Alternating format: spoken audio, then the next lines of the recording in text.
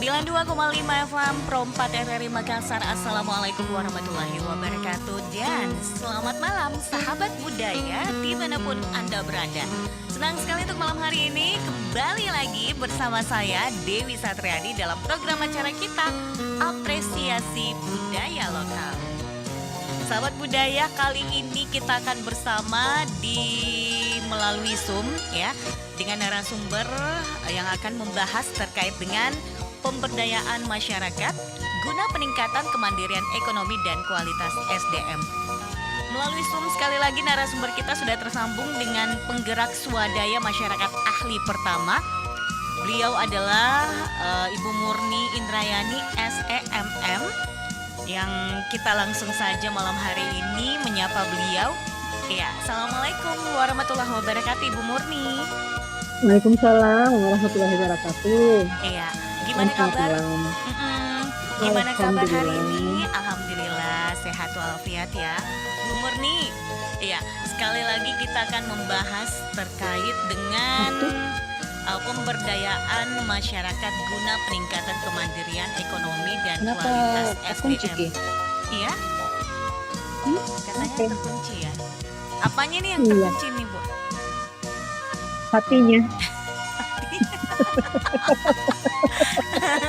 Terkunci hatinya, terbuka ini hatiku Bu. Iya, operatorku juga, rekan operatorku juga sudah terbuka nih hatinya, Masya Allah. Iya, kagetku, gue kira apa. Iya. Oke, Bu Murni, kita langsung saja nih Bu Murni ya. Akan membahas dengan yang saya katakan tadi ya, yaitu pembahasan kita pemberdayaan masyarakat guna peningkatan kemandirian ekonomi dan kualitas SDM. Nah, sebenarnya secara mendasar seperti apa sih gambaran kondisi masyarakat kita saat ini di Makassar atau di Sulawesi Selatan nih Bu Murni? Kalau secara umum ya kondisi masyarakat kita di Makassar ini itu dilihat dari beberapa dimensi. Ada sosial ekonominya, dari politiknya, kemudian stabilitas keamanannya. Dan ini tidak hanya berpatokan pada statistik saja ya, dari tahun sebelumnya. Tapi saya di sini berbicara sebagai penggerak swadaya masyarakat yang bertugas di Badan Narkotika Nasional Provinsi Sulawesi Selatan. Dan untuk menjawab pertanyaan host Ibu Dewi ya? Dewi Ibu Satria. Dewi atau Mbak Dewi? Mbak Dewi Bu. Mbak Dewi, oke. Saya bicara sama Bu Dewi. Saya mohon maaf karena hanya melihat dalam perspektif sosial saya terkait dengan situasi kerawanan masyarakat di Kota Makassar ini yang terkontaminasi dengan penyalahguna narkoba yang menyasar pada masyarakat.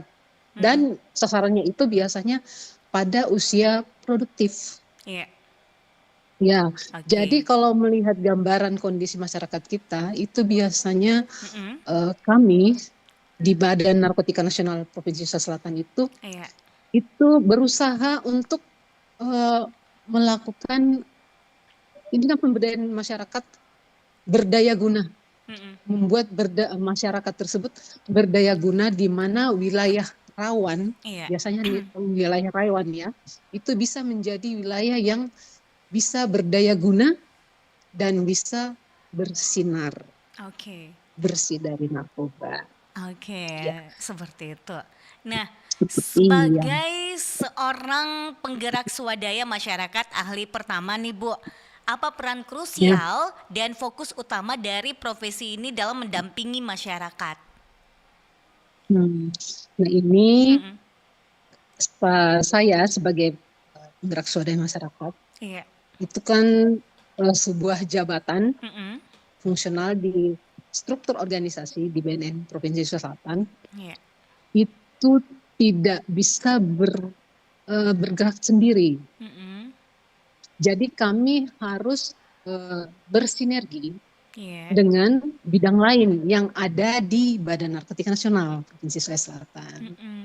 Jadi ceritanya begini, di BNN itu ada kan bagian umum. Iya. Terus bidangnya itu ada 5. Ada bidang pencegahan, ada bidang pemberdayaan masyarakat, ada bidang rehabilitasi, dan ada bidang pemberantasan. Iya. Nah, kami di bidang pemberdayaan masyarakat ini sebagai penggerak swadaya masyarakat itu punya 3 konteks sebenarnya. Iya. Bagaimana menggerakkan swadaya masyarakat itu pada lingkungan masyarakat yang masih murni, sesuai nama saya ya, Iya. masih murni dari Iya. penyalahguna narkoba. Terus yang kedua, kami menyasar pada masyarakat yang rentan atau rawan dengan penyalahguna narkoba. Dan ketiga, itu pada masyarakat yang sudah terpapar dengan penyalahguna narkoba. Jadi saya istilahnya di sini penyalahguna narkoba ya, bukan narkoba, penyalahguna narkoba. Iya. Oke. Bagaimana konteks apresiasi budaya lokal terintegrasi dengan upaya pemberdayaan masyarakat ini? Apakah nilai budaya lokal justru menjadi kekuatan atau tantangan? Nah, ini perlu saya cerita sedikit ya. Iya. Kami di pemberdayaan masyarakat itu punya kegiatan, ada program kegiatan, kami punya 4. Ada pertama pemberdayaan masyarakat pada deteksi dini. Deteksi dini untuk menciptakan lingkungan bersih, lingkungan kerja bersih, bersinar. Terus kemudian yang kedua itu pemberdayaan masyarakat itu meliputi penggiat, pembentukan penggiat P4GN. Tahu kan artinya P4GN? Pencegahan, pemberantasan, pencegahan dan pemberantasan penyalahgunaan dan peredaran gelap narkoba. Nah, itu istilahnya P4GN kami di sini. Ini programnya P4, memang programnya BNN ini. Terus yang ketiga itu ada yang namanya pelatihan. Memberikan pelatihan kepada masyarakat untuk supaya masyarakat itu bisa, kalau bisa ya, yang berada di garis kemiskinan, biasanya kan mereka punya pekerjaan tidak tetap. Ya, dengan diberikan ke pelatihan seperti semacam ini, mungkin bisa mereka menaikkan taraf hidup mereka, memperbaiki ekonomi mereka, dan tidak ikut misalnya kita tahu kan bagaimana kalau penyalahguna narkoba itu biasanya nyasar ke yang taraf bawah dulu. Dikasih dia jadi candu dulu, baru kemudian semuanya pasti akan berimbas. Nah, kalaupun yang saya bilang tantangan kemarin, kami adakan pelatihan life skill itu di daerah Tanjung Merdeka. Tanjung Merdeka itu termasuk dalam kawasan intervensi kami, dekat sini Kecamatan Tamalate. Kami melaksanakan pemetaan. Kira-kira apa ya masyarakat di situ yang bisa mereka buat untuk meningkatkan taraf hidup mereka. Di sana kan banyak kelompok wisata, karena dia berhubungan dengan Pantai Losari, yang pantai-pantai itu, Pantai Biru, kemudian Bosowa Indah.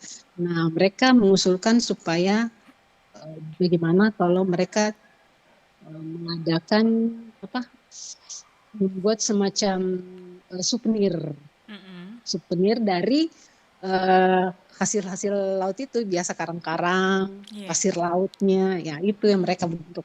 Makanya kalau yang dibilang ini apresiasi budaya lokal, itu bisa masuk itu budaya lokal. Karena mereka tidak membutuhkan anggaran untuk mendapatkan bahannya.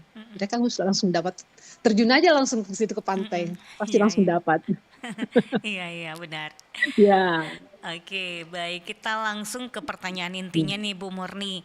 Kalau kita bicara soal kemandirian ekonomi, langkah awal apa yang biasanya dilakukan untuk memicu kesadaran masyarakat agar tidak bergantung, melainkan mampu mandiri secara mandiri? Ini bagus sekali pertanyaannya nih. Kami di bagian di pemberdayaan masyarakat itu biasanya sebelum terjun memberikan pada masyarakat, kami biasanya nyasar dulu ke kami laksanakan pemetaan pada kawasan memang yang tingkat ekonominya itu di bawah standar garis kemiskinan ya. Biasanya mereka kurang sanitasinya, biasanya kan begitu, daerah yang rawan begitu. Terus kemudian banyak terjadi kejahatannya tingkat kejahatan itu tinggi. Lalu kemudian banyak pemudahnya yang kaum produktif itu tidak memiliki pekerjaan tetap. Apa kita harus berhenti dulu karena azan atau enggak? Lanjut aja? Iya, lanjut. Lanjut aja, oke. Jadi pada dasarnya untuk menggerakkan potensi masyarakat ke arah positif itu banyak dilakukan berbagai macam cara dengan melibatkan dinas-dinas lain ya, semacam dinas sosial, dinas tenaga kerja. Nah, kami harap dengan mengadakan kegiatan program life skill ini itu masyarakat itu bisa mandiri untuk sehingga mereka itu tidak beralih lagi untuk melakukan pekerjaan yang ilegal. Ngerti maksud saya, Bu? Mbak ya, ngerti maksud saya, Mbak? Kerjaan yang ilegal gitu loh. Ya. Terus dengan adanya instansi terkait yang kami gandeng tahun kemarin itu 2025, kami kerjasama dengan Balai Pelatihan, Balai Pelatihan Vokasi, dan tahun ini mereka itu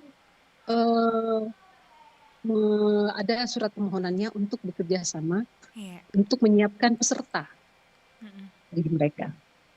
Dan kami sangat mengapresiasi keinginan dari Balai Latihan Kerja tersebut.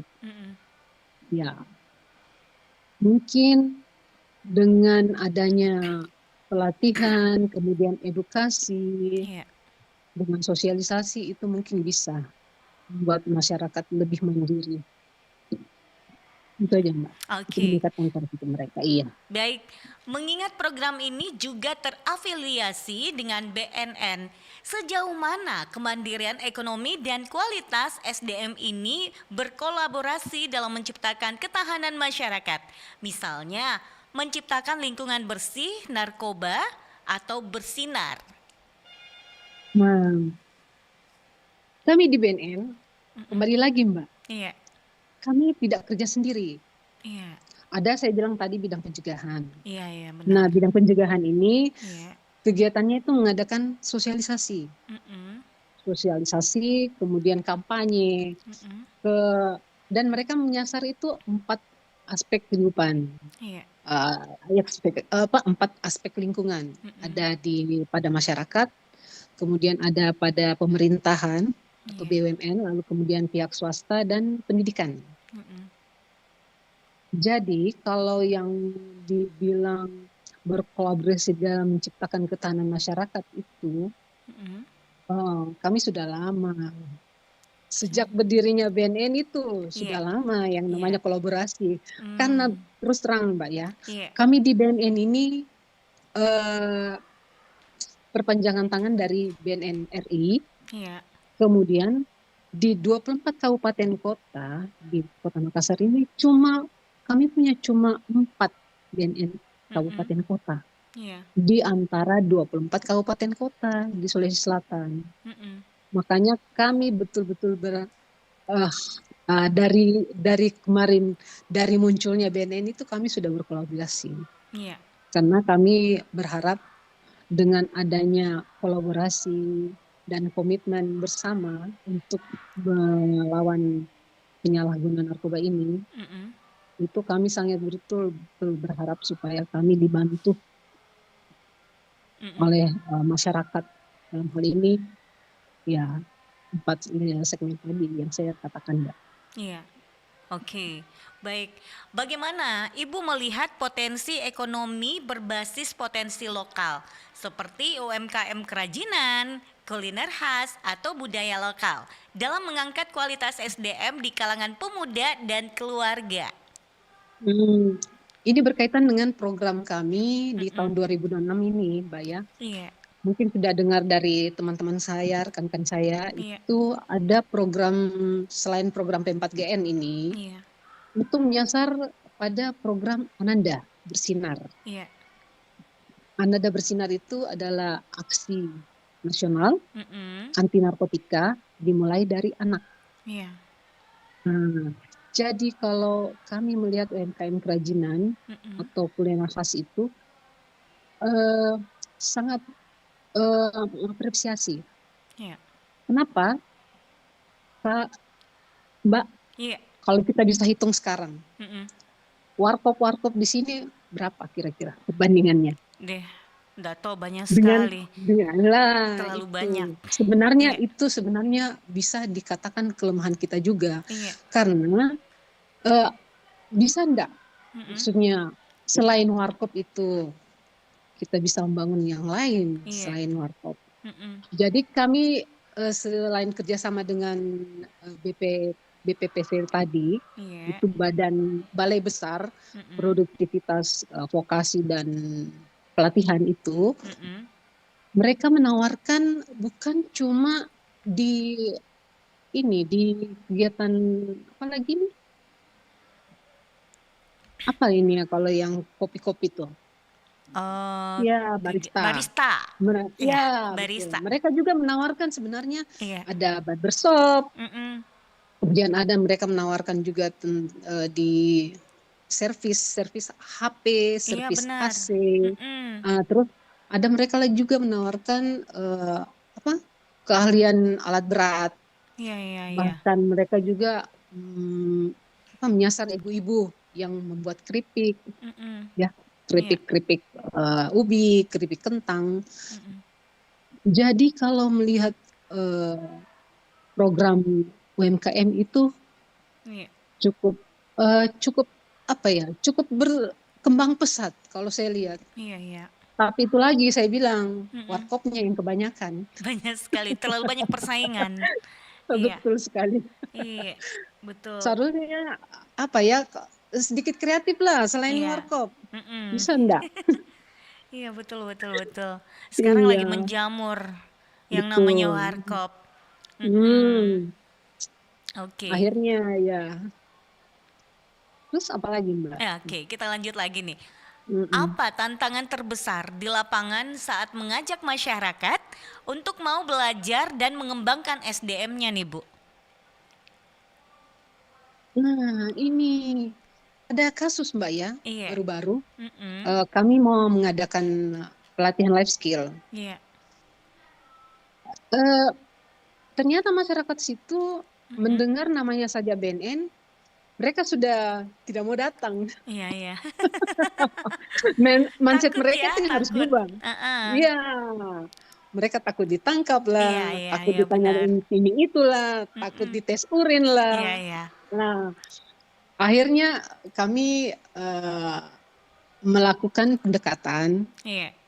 ke tokoh-tokoh agamanya dulu. Kami Mm-mm. mengundang mereka, dikumpulkan di kantor lurah. Ini kantor lurah kami kumpulkan. Mm-mm. Lalu kemudian kami mendekati tokoh agama, tokoh masyarakat, Iya. kemudian Karang Tarunanya, PKK-nya. Kami semua mengajak untuk tidak takut terhadap BNN. Iya.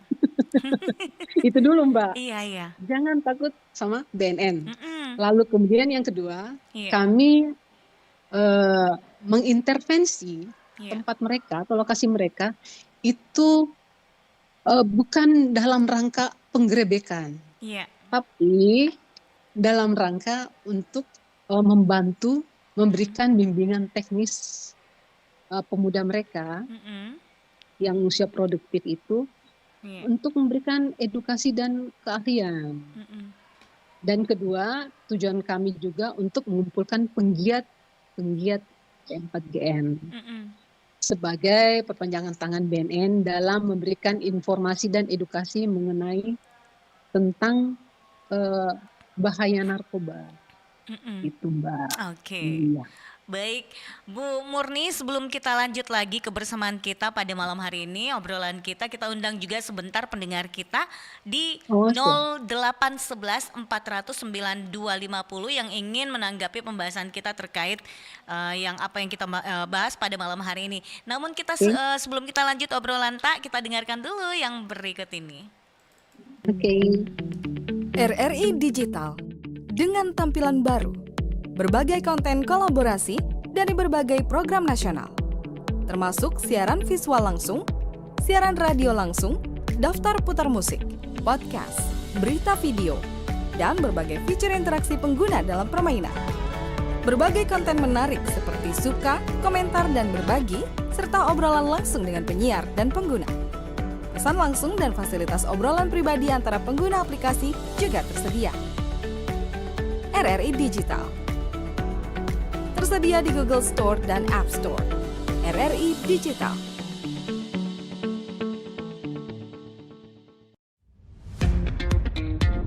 Selamat datang di era digital baru. RRI News kini hadir di genggaman Anda dengan aplikasi mobile terbaru. Temukan berita online terkini, cepat, dan terpercaya langsung dari perangkat Anda dengan fitur pembaruan berita real time dari aplikasi mobile RRI News. Anda tak akan pernah ketinggalan informasi. Nikmati kemudahan akses berita nasional dan internasional, berita terpopuler, dan video berita terbaru kapan saja dan di mana saja. Dilengkapi dengan teknologi terkini, aplikasi mobile RRI News memberikan pengalaman membaca yang lebih baik. Dapatkan notifikasi berita penting langsung di layar ponsel Anda. Jelajahi kategori berita yang Anda minati, mulai dari politik, ekonomi, budaya, hingga olahraga. Anda juga bisa berbagi berita penting kepada teman dan keluarga melalui media sosial dan aplikasi pesan, menjaga Anda tetap terhubung dengan dunia di sekitar Anda. Memiliki jaringan lebih dari 80 microsite tersebar dari Sabang sampai Merauke, serta memiliki tren pembaca yang semakin meningkat. RRI News menghadirkan liputan berita terlengkap dan terkini dari seluruh Indonesia. Unduh sekarang di Google Play dan App Store aplikasi mobile RRI News, membawa dunia ke dalam genggaman Anda. Aplikasi mobile RRI News, berita terkini dan terpercaya dalam genggaman Anda.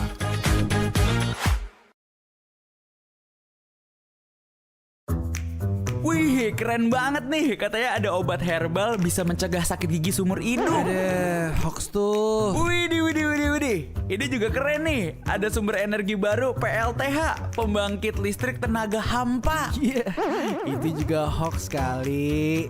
Lu bacanya apaan sih? Aduh, pantesan portal abal-abal lu baca. Kalau mau baca berita yang lengkap tapi udah verified, mulai dari berita nasional, internasional, olahraga, gaya hidup sampai hiburan, lu cukup klik rri.co.id.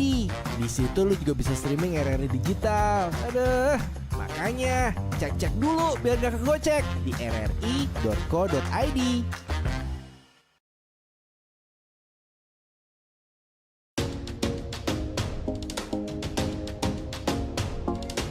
Di era disrupsi dewasa ini, RRI berupaya memperkuat diri dengan menghadirkan kontennya secara multi-platform untuk memastikan pelayanan kepada publik secara lebih optimal. Kini, RRI bukan hanya dinikmati melalui radio, melainkan juga portal berita online, platform digital, media sosial, dan juga komunitas yang selama ini meramaikan berbagai kegiatan offline di RRI.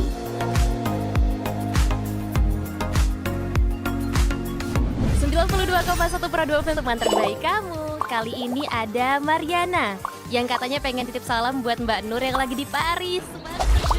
Walah Mar, aku krungu lo salamu, tombo kangen. Samo-samo. Bundo, awak baru dapat info lowongan Karajo di RRI News.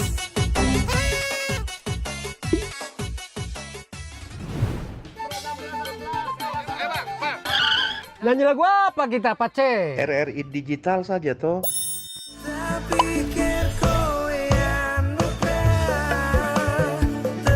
Sesekali jazz lah.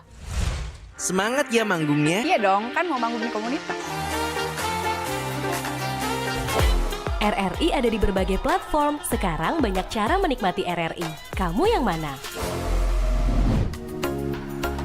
5 pilar RRI yang terdiri dari radio terestrial, portal berita online atau RRI News, platform digital yang bernama RRI Digital, media sosial dan komunitas yang menjadi andalan RRI selama ini adalah pilihan strategi RRI untuk menghadirkan konten di era disrupsi media, serta untuk memastikan keberadaan RRI yang terus memiliki relevansi bagi masyarakat.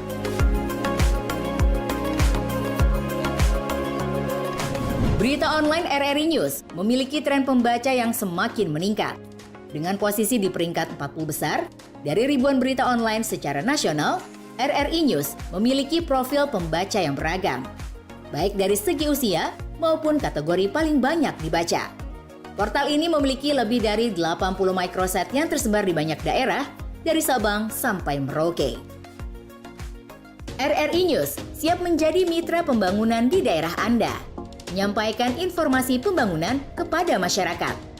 Publik memerlukan berbagai informasi tentang program dan kebijakan daerah untuk mengetahui kinerja jalannya pemerintahan.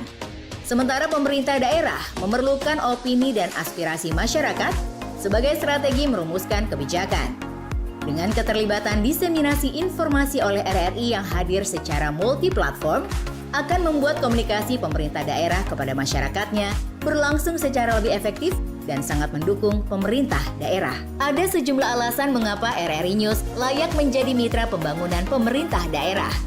RRI bersifat tidak komersial. RRI selalu mengembangkan jurnalisme konstruktif dan verifikatif yang senantiasa berupaya menghindari disinformasi atau hoax. Brand RRI telah dikenal oleh masyarakat luas. RRI memiliki jaringan secara nasional, lebih dari 70 satker dan 80 portal rri.co.id atau RRI News. RRI berbasis media multi-platform yang jauh lebih kuat dan efektif pemberdayaan masyarakat guna peningkatan kemandirian ekonomi dan kualitas SDM. Dengan narasumber kita ada Ibu Murni Indrayani SEMM, beliau adalah penggerak swadaya masyarakat ahli pertama. Dan kita undang di 08114009250 untuk para pendengar kita yang ingin berpartisipasi menanggapi pembahasan kita pada malam hari ini. Baik, Ibu Murni, kita lanjut lagi ya. Iya. Siap. Oke, baik. Bu Murni, sambil menunggu respon pendengar kita malam hari ini, Bu Murni, jika ada kelompok masyarakat atau pemuda yang ingin bergerak membangun kemandirian di wilayahnya, kemana mereka harus melangkah atau berkolaborasi pertama kali nih, Bu? Oke. Jawabannya bagus, Kak. Pertanyaannya bagus sekali. Iya. Sampai susah menjawabnya. Pertama, sebenarnya kalau mereka ingin berkolaborasi dalam kegiatan, kalau tadi UMKM ya? Ya, kegiatan pokoknya dalam kelompok masyarakat atau pemuda yang ingin bergerak membangun kemandirian di wilayahnya. Jadi kemana mereka harus melangkah atau berkolaborasi pertama kali? Membangun kemandirian. Biasanya mereka biasanya dalam membentuk misalnya Karang Taruna ya. Iya. Contohnya. Yang paling bagus itu Karang Taruna. Benar. Nah, biasanya itu mereka bagusnya mereka itu berkolaborasi dengan pertama kali itu dengan Dinas Tenaga Kerja. Dinas Tenaga Kerja. Karena dari situ mereka bisa tahu di mana terdapat ruang-ruang atau lowongan pekerjaan yang mereka mungkin sesuai dengan keahlian mereka atau sesuai dengan kapasitas mereka. Terus yang kedua ini nih BLK, Balai Latihan Kerja. Tahu letaknya di mana BLK? Tahu, di dekat Taman Makam Pahlawan. Iya, pas belakangnya. Nah, mereka itu sebenarnya mereka mencari eh, masyarakat Iya. yang mau mau mau berusaha Iya. untuk apalagi berdaya guna gitu loh. Mm-mm.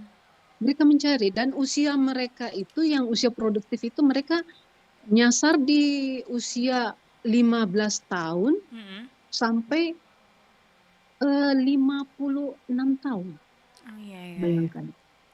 Mereka mencari karena mereka susah dapat peserta yang seperti itu. Iya. Karena rata-rata peserta ya, kejadian kami kemarin, kami punya program memang life skill itu Iya. tahun 2025, itu di salah satu daerah kami mengumpulkan sebanyak 20 orang Iya.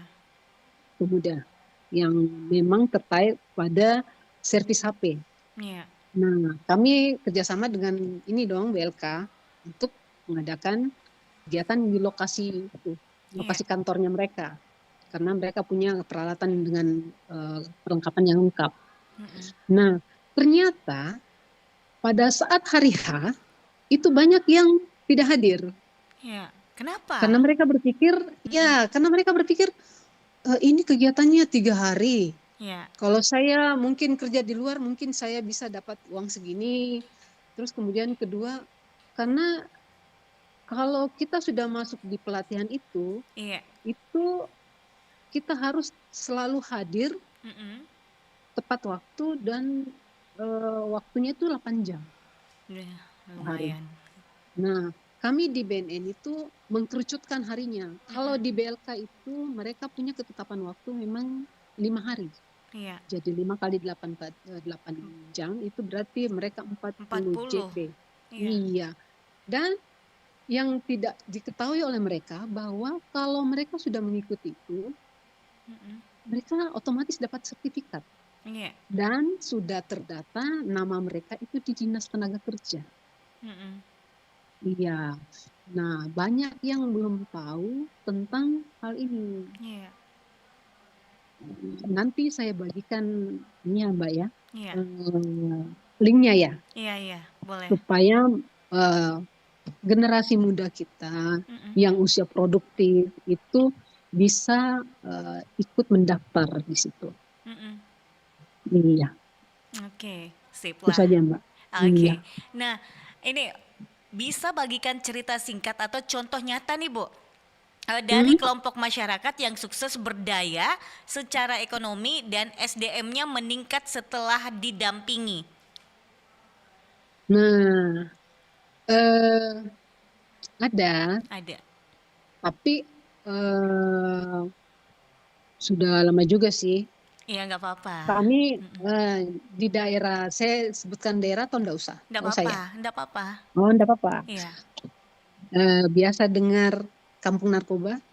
Iya, iya, iya, kampung narkoba ya. Kami berapa kali intervensi ke situ. Kemarin kami dapat data itu masih dalam taraf bahaya. Setelah 3 kali intervensi, 4 kali dengan yang tahun kemarin, itu sudah meningkat jadi waspada. Artinya sudah tidak terlalu bahaya lagi. Dan ada memang kelompok situ setelah diberikan pelatihan itu sudah berkembang. Namanya Kribas. Oh, Kribas, iya, iya. Kribas, keripik bayam. Bayam, iya. Bayam Saya pernah wawancarai ownernya di sini. Iya, di situ. Iya. Yang di lorong kan? Iya, di lorong. Saya wawancarai tapi dia datang ke studio. Kribas, Ya, keripik itu. bayam. Tapi kami biasanya kalau sudah melihat keberhasilan seperti itu, kami sudah tidak melaksanakan pendampingan lagi, Mbak. Iya. Masa kita mau dampingi terus? Nanti sebentar lain lagi konotasinya kalau kita dampingi terus. Iya, iya, iya, iya. Ya, jadi kalau misalnya kami melaksanakan pendampingan itu, ada beberapa pendampingan di sini. Ada dari bidang rehab juga ada pendampingannya. Kami juga dari pemberdayaan masyarakat itu pendampingannya. Tapi kami selama pelaksanaan pelatihan itu memang kami dampingi. setelah itu kan dari program kami di Life Skill ini, itu setelah memberikan mereka edukasi tentang bahaya narkoba, kemudian edukasi tentang keterampilan itu, pada saat monitoring dan evaluasi sampai di situ saja kami bisa mendampingi. Karena kami akan beralih lagi ke daerah rawan lainnya. Oh gitu. Gitu, Mbak. Oke. Jadi kami berharap mereka supaya bisa mandiri, jangan dampingi terus. Jangan didampingin Kan terus. seperti itu. Iya, Iya, nanti iya, mereka benar. jadi manja. Iya, Kayak iya. Nana. Betul, betul, betul. Oke, Iya. baik Bu Murni, lanjut lagi nih. Bagaimana peran generasi muda Sulawesi Selatan dalam menjaga benteng budaya lokal sekaligus menjadi agen perubahan di bidang ekonomi kreatif? Kami di BNN Kreatif Sumsel ini Iya. terjun di bidang pemberdayaan masyarakat itu yang saya sebutkan tadi, ada di bagian sosialisasi P4GN, kemudian ada pembentukan penggiat, lalu kemudian ada deteksi dini, lalu kemudian ada kemandirian masyarakat. Peran generasi muda dalam menjaga benteng budaya itu pasti sangat besar. Iya. Dan kami dalam hal ini menjaga supaya generasi muda ini tidak terjerumus pada hal-hal yang negatif. Nah, jadi kami ini mengadakan kolaborasi. Kami berkolaborasi dengan masyarakat dan komunitas. Komunitas itu baru-baru ini kami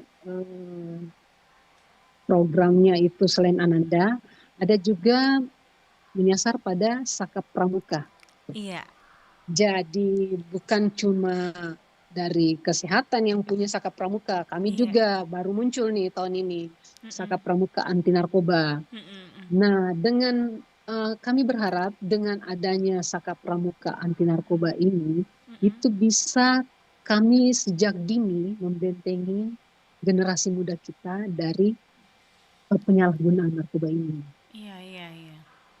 Nah, terus kalau misalnya budaya lokal itu kami biasanya melihat juga ciri khas dari masing-masing daerah mereka. Iya.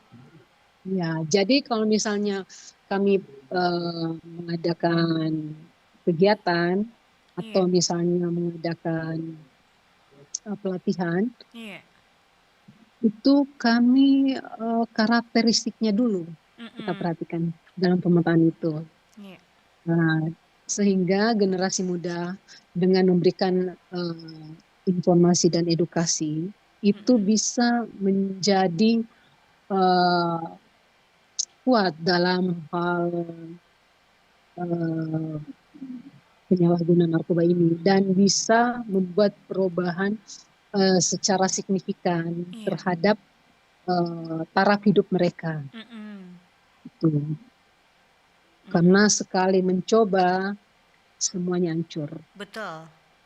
Ya, mulai dari kejahatan lah. Benar. Pertama mencuri sedikit-sedikit. Ya. Akhirnya jadi besar. Betul Nah, sekali. itu yang makanya kami mulai dari tahap anak. Dimulai dari anak. Makanya ada program Ananda itu. Iya. Siap. Oke, baik. Baik Bu Murni, pesan atau langkah konkret apa yang ingin disampaikan kepada masyarakat agar bersama-sama mau bergerak menciptakan lingkungan yang produktif, mandiri, dan sehat? Nah,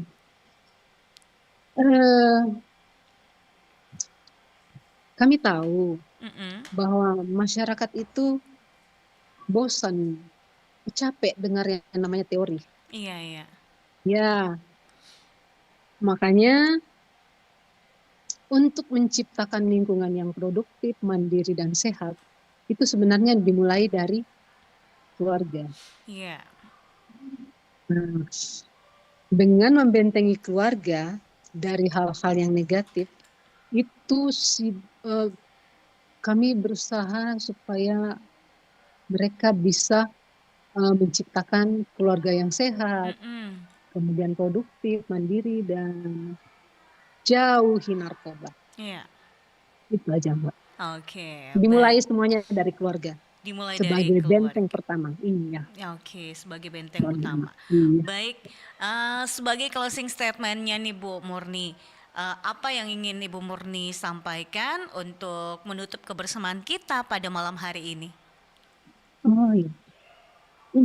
Kami di pemberdayaan masyarakat itu memiliki statement dalam memberikan pelatihan, edukasi, ataupun penyuluhan, pendampingan,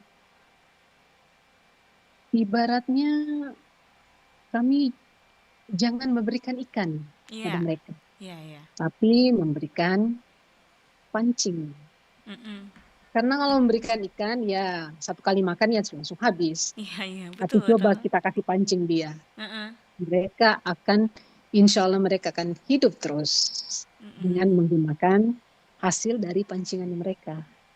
Oke Mbak, itu aja. Oke, baik. Bu Murni, menarik sekali perbincangan kita untuk malam hari ini. Tapi apa boleh buat karena kita udah di penghujung acara. Semoga ini bisa memberikan manfaat untuk para pendengar kita yang saat ini mendengarkan program acara Apresiasi Budaya Lokal. Dan sekali lagi, sebagai kesimpulannya, mari kita menciptakan kehidupan yang sehat yang dimulai dari keluarga. Jauhi narkoba. Baik, Bu Murni, selamat melanjutkan aktivitas tak kembali. Sukses selalu. Terima kasih. Iya, assalamualaikum warahmatullahi wabarakatuh. Waalaikumsalam warahmatullahi wabarakatuh. Baik sahabat budaya, demikian tadi obrolan kita dengan narasumber kita. Ini terkait dengan pembahasan kita, yaitu pemberdayaan masyarakat guna peningkatan kemandirian ekonomi dan kualitas SDM.